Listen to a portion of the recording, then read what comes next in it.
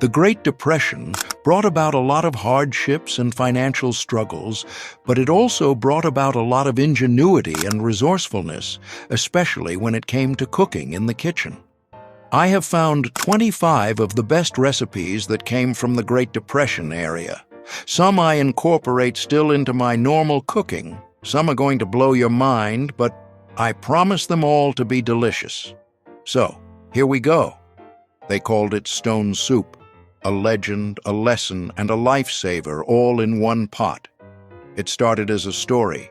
Travelers with an empty pot, a clean stone, and a clever plan. But during the Depression, that story became dinner. Families with nothing, no meat, no fresh produce, sometimes not even enough to fill a bowl, learned the power of community cooking. One neighbor would bring an onion peel, another tossed in a carrot top. Maybe someone had a bone left from Sunday. And just like that, a pot that started with a rock turned into a meal that could feed a street. It wasn't just soup. It was proof that together, people could make something out of nothing. And here's the twist. It actually tasted good.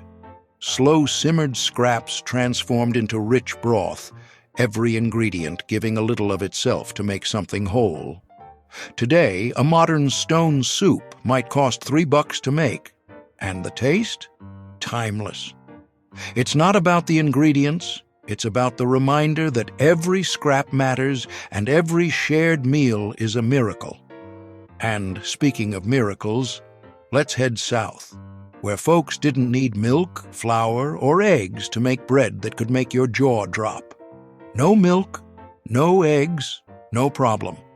Down south, when pantries were as empty as wallets, families turned to hot water cornbread. Just cornmeal, salt, and boiling water, stirred together, slapped into a hot skillet, and fried until golden and crackling. That sizzle? That was the sound of survival. Crispy on the outside, tender on the inside. It was everything you could want in a bite, except expensive. People ate it with beans, soup, or even crumbled it into milk for breakfast. Each disc cost barely a penny back then, and even now, you can feed a family for the price of a fancy coffee. It wasn't just food, it was pride, skill, and the genius of making do with what you had. But when even eggs were a luxury, some families figured out how to stretch one single egg into a meal for 4. And they did it in style, with a bowl that's still a restaurant favorite today. Egg drop soup arrived from Chinese immigrant kitchens, and during the Depression, it became a national lifesaver. Because when meat was rare and eggs were precious, this recipe turned one egg into 4 bowls of comfort. You start with a hot, seasoned broth, nothing fancy. Then you swirl in one beaten egg and watch it bloom into delicate ribbons of gold. It's culinary poetry on a budget. Families found warmth, flavor, and dignity in every spoonful. It wasn't steak, but it fed bellies and spirits for pennies. Today, it's still one of the cheapest, most nourishing meals you can make. Comfort food that proves you don't need much to eat like royalty, just a little heat, patience, and creativity.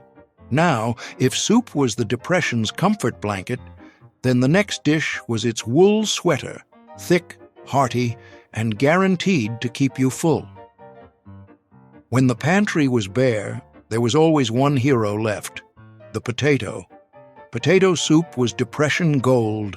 No cream, no fancy ingredients, just spuds, water, salt, and thyme. Simmered slow, those potatoes broke down into something rich and creamy all on their own, without a drop of dairy. It filled bellies, stretched across meals, and somehow managed to taste luxurious. Add a stray onion or a pinch of herbs, and you had a dinner that could make you forget the empty wallet in your pocket. Families said it was like magic. The more you stirred, the more it gave. And even today, you can feed a table for under $5. No fancy garnish required. But sometimes, A bowl wasn't enough. People wanted something that felt like meat, smelled like meat, but didn't actually use much meat. Enter one of the Depression's greatest food illusions. The 1930s had their version of a culinary life hack, and it was called oatmeal meatloaf. See, meat was scarce, but oats, cheap, filling, and everywhere. So clever cooks learned to mix ground beef with oatmeal, stretching a single pound into a family feast. The result? Moist, tender, and surprisingly rich, thanks to the oats locking in the juices. Leftovers became sandwiches, and suddenly, that $1 worth of beef lasted 3 days. It was equal parts budget, brilliance, and comfort. And here's the kicker. It actually tasted better than pure meat. Oats added texture and balance that made the loaf fluffier, not flatter. Even today, modern families swear by it, proof that creativity always beats scarcity. Now, if you thought stretching meat was clever, wait till you see what they did with a whole pig. In Pennsylvania, Dutch country, nothing, and I mean nothing, went to waste. Use everything but the oink. That was the motto. Scrapple was the ultimate zero-waste breakfast, a brick of brilliance made from pork scraps, cornmeal, and spices. Every bit of leftover meat was boiled down into a rich broth, mixed with cornmeal, and chilled overnight until it could be sliced and fried. The result? Crispy on the outside, savory and tender inside, something between sausage and cornbread, but with way more personality. It cost next to nothing, but tasted like a Sunday feast. And even now, folks who grew up with scrapple swear there's nothing like that first sizzle in the pan. The smell that meant morning was going to be all right. And speaking of smells that brought the whole family running, our next dish could fill a kitchen with happiness on just a few cents a pot. Bacon wasn't just breakfast, it was treasure. And when you only had one slice left, you made it count. Enter the bacon and onion sandwich. This sandwich took one lonely strip of bacon, caramelized a mountain of onions until they turned golden and sweet, then tucked it all between toasted bread. The smell alone could make neighbors jealous. That single slice stretched its flavor across every bite, giving the illusion of abundance when there was barely any. Families called it poor man's deli, but honestly, it was rich in flavor and pride. Back then, it cost just 5 cents. Today, it's a reminder that luxury isn't about money. It's about making something simple taste unforgettable. And if bacon was rare, potatoes were forever. In fact, the humble peel, yes, the part we throw away now, became the star of the next dish. During the Depression, people didn't waste a thing, not even potato skins. They cleaned them, tossed them in hot oil or leftover bacon grease, and fried them up into crisp, salty perfection. Those fried potato skins were the original snack food, crunchy, savory, and totally free. Restaurants charge $12 for them now, but in the 1930s they were just called Tuesday. Even better, they were secretly healthy, loaded with fiber and iron. The Depression generation knew how to make a virtue out of scraps, and these skins proved that flavor doesn't come from what you have. It comes from what you refuse to waste. When scraps alone couldn't cut it, families started throwing everything into a single pot. Meat ends, beans, wilted veggies, stale bread. Nothing escaped the ladle. That's how Slumgullion was born. It sounds like a mess, but oh, what a glorious mess it was. A hearty stew of leftovers turned into something deeply satisfying, simmered until all those odds and ends melted together like a patchwork quilt of flavor. One pot could feed a neighborhood for pennies. People called it Depression chili, but it was really community in a pot. The next time someone tells you their fridge is empty, tell them about Slumgullion. proof that nothing to eat is just an opportunity waiting to be stirred. Of course, not every Depression story was savory. Sometimes people needed sweetness, even if the sugar jar was nearly empty. That's where the Depression cake came in, also known as wacky cake, because who makes cake without eggs, milk, or butter? The answer: brilliant people who refused to let hard times cancel dessert. They used vinegar and baking soda for lift, oil for moisture, and cocoa for joy. The result? A rich, tender cake that could make any day feel like a holiday. It cost 15 cents to bake back then. And best of all, it was accidentally vegan long before anyone knew what that meant. A Depression miracle in a 9x9 pan. But even cake had competition when there was stale bread lying around. Nothing went to waste, and nothing made the house smell better than bread pudding. Families cubed up hardened loaves, soaked them in milk, eggs, sugar, and cinnamon, then baked it into something warm, fragrant, and soul-soothing. The scent of vanilla filled the house and made everyone forget how little there was in the pantry. Served hot with a drizzle of syrup, it was pure comfort and cost less than 20 cents. Some folks added raisins, others poured molasses on top. However you made it, it turned poverty into pleasure. But sugar wasn't always on hand, and when it wasn't, families reached for a cheaper, stickier savior: molasses cookies. Thick, chewy, and spiced with ginger and cinnamon, they weren't just dessert. They were portable energy. Packed in lunchboxes, coat pockets, and school bags, these cookies helped workers push through long days when meat was scarce and fruit was a luxury. Molasses gave sweetness and iron, the Depression's version of a multivitamin. They stayed soft for days, and even the smallest batch could make a family feel rich. A plate of warm molasses cookies was proof that even hard times could smell like happiness. But nothing said comfort quite like a warm bowl of rice, especially when there were raisins in it. Rice and raisins became the simplest form of dessert joy. Just rice simmered slowly, with a handful of raisins that plumped up like tiny bits of sunshine. The result? A creamy, slightly sweet pudding that tasted like hope. It was the kind of treat kids remembered their whole lives: warm, soothing, and made from almost nothing. And when you think about it, that was the magic of Depression cooking. Everything was made from almost nothing. Still, sometimes you needed something heartier, something that could take the place of meat without anyone missing it. That's when potato and onion pie hit the table. Imagine thin layers of potato and onion, baked like a lasagna until golden on top and tender underneath.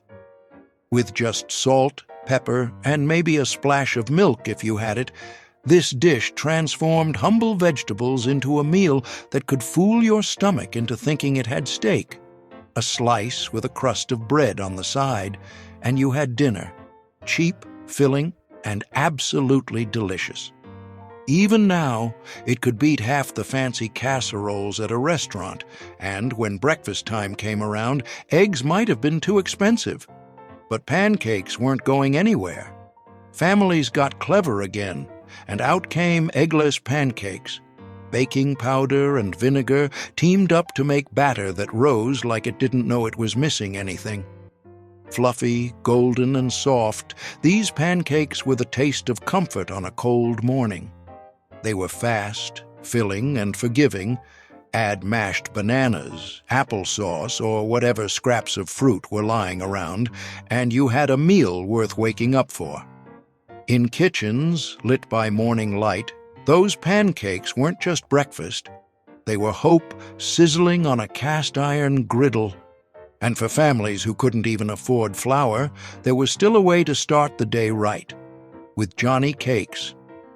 Made from nothing but cornmeal and hot water, these simple griddle cakes dated back to Native American kitchens and carried right through the Depression.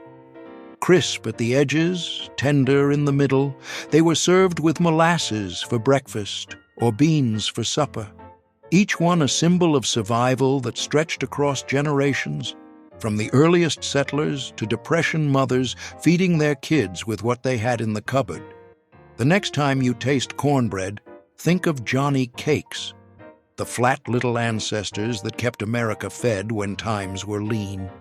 And when those cakes hit the pan, the smell of frying cornmeal led to one of the most comforting sights in any Depression kitchen: biscuits and gravy bubbling together like a promise. When the smell of baking biscuits filled a kitchen, you knew something good was happening, even if the cupboard was nearly empty. Biscuits and gravy were the kind of meal that made Sunday feel like a celebration, no matter the day. Flour, lard, and a little patience became golden biscuits, while leftover meat drippings were whisked into a thick, creamy gravy that clung to every crumb. It wasn't fancy, it was resourceful. A few spoonfuls of fat and a handful of flour turned into breakfast that could keep a working man full till sunset. Farm hands, factory workers, soldiers. They all knew the comfort of biscuits and gravy. It tasted like love, like rest, like home.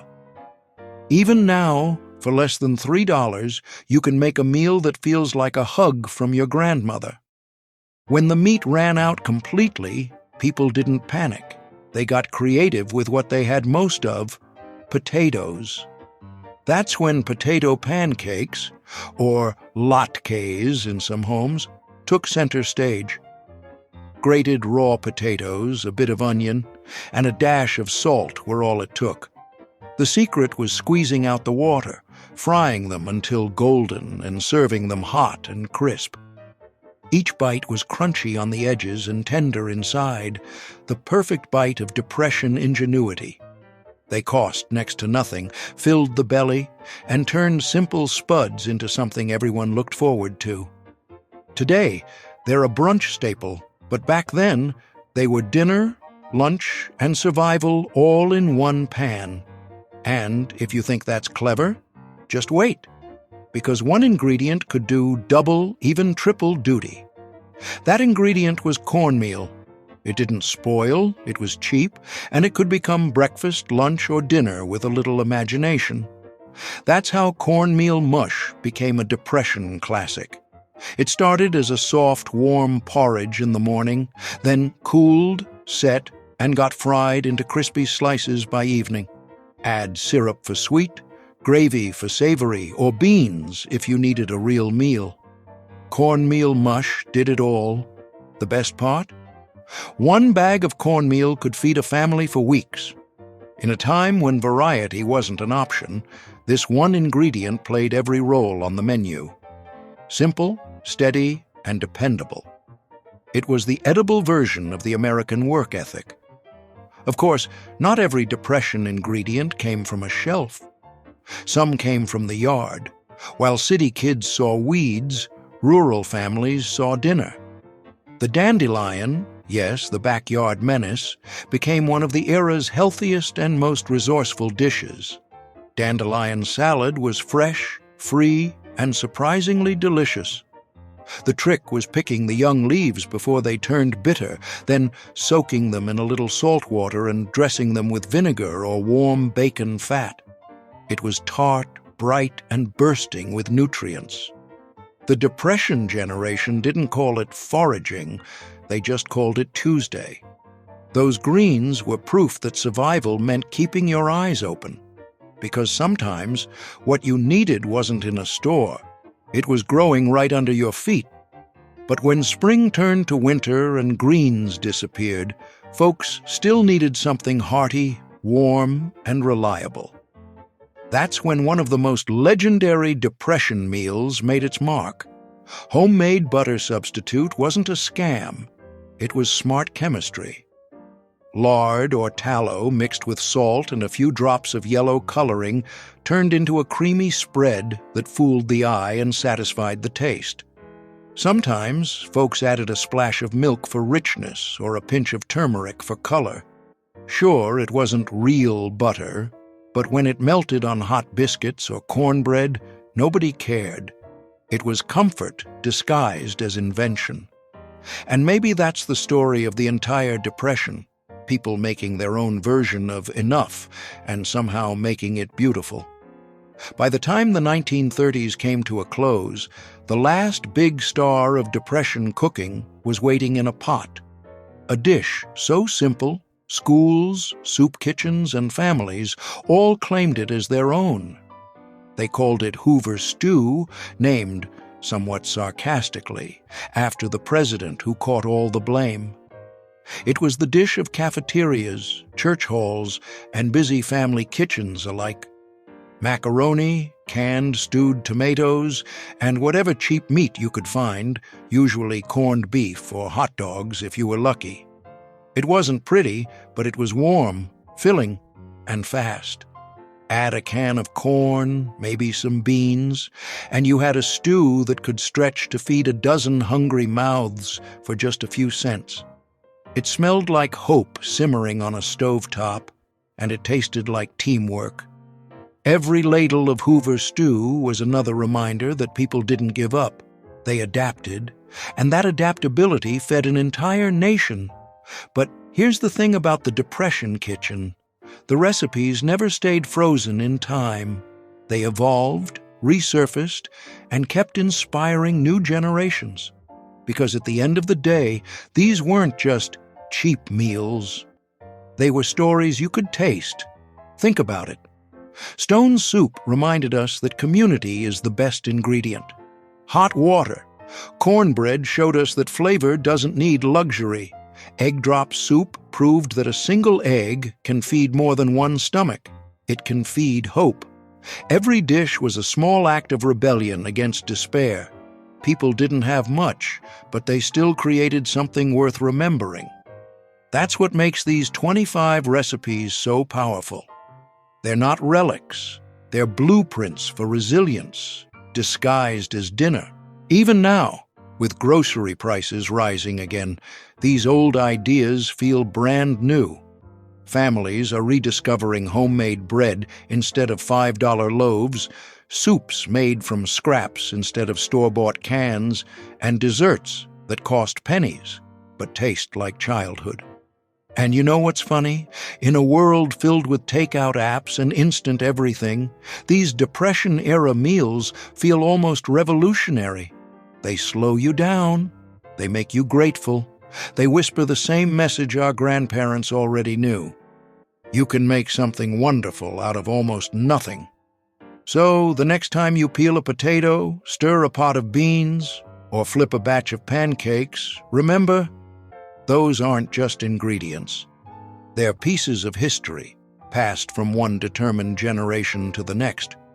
Because the Great Depression may have ended, but its lessons still sit quietly in our kitchens. They remind us that strength doesn't always roar. Sometimes it just simmers. If these stories brought back memories of your parents, your grandparents, or even your own childhood kitchen, share one of your family's Depression-era recipes in the comments. What dish kept your folks going when times were tough? What meal still tastes like home? And if you enjoyed this little trip through America's tastiest history lesson, hit that subscribe button, ring the bell, and join a community of food history lovers keeping old wisdom alive, one bite, one story, one recipe at a time. Because history isn't just written in books. Sometimes it's baked, boiled, and fried, right in your very own kitchen.